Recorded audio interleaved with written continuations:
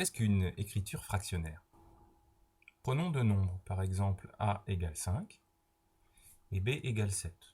Je prends un nombre b différent de 0. L'écriture fractionnaire que l'on peut créer est ici 5 sur 7, ou 5 divisé par 7, le quotient de 5 par 7. On comprend pourquoi ici j'ai choisi b différent de 0, parce qu'on ne peut pas diviser un nombre par 0. 5 sur 7, c'est aussi égal à a sur b. A sur b, 5 sur 7, c'est une écriture fractionnaire. Quelques autres exemples d'écriture fractionnaire.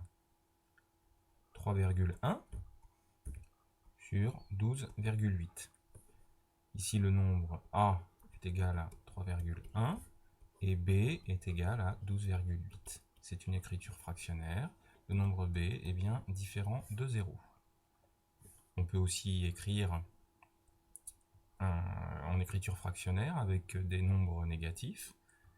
8 sur moins 4,2. C'est aussi une écriture fractionnaire avec a égale 8 et b qui est égal à moins 4,2. Un exercice, quelles sont les écritures fractionnaires?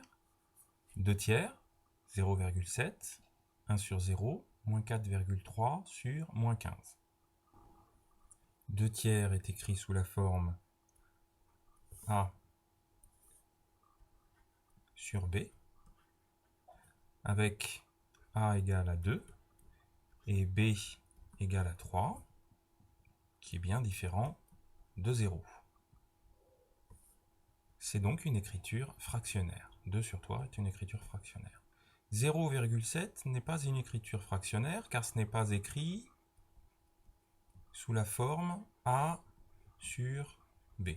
Par contre, c'est une écriture décimale.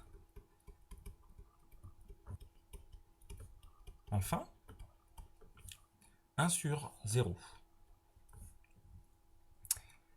Et de la forme a sur b, on pourrait croire que c'est bien une écriture fractionnaire avec a égale 1 et b égale 0. Mais l'écriture fractionnaire ne tolère pas b égale 0. Donc ici, 1 sur 0 n'est pas une écriture fractionnaire et de plus, la division par 0 n'existe pas. Ce n'est pas une écriture fractionnaire, c'est d'ailleurs pas un nombre. Moins 4,3 sur moins 15, et bien de la forme a sur b, avec a égale moins 4,3 et b égale moins 15, avec b différent de 0. Si je résume, ici il y avait deux écritures fractionnaires, 2 sur 3, et moins 4,3 sur moins 15.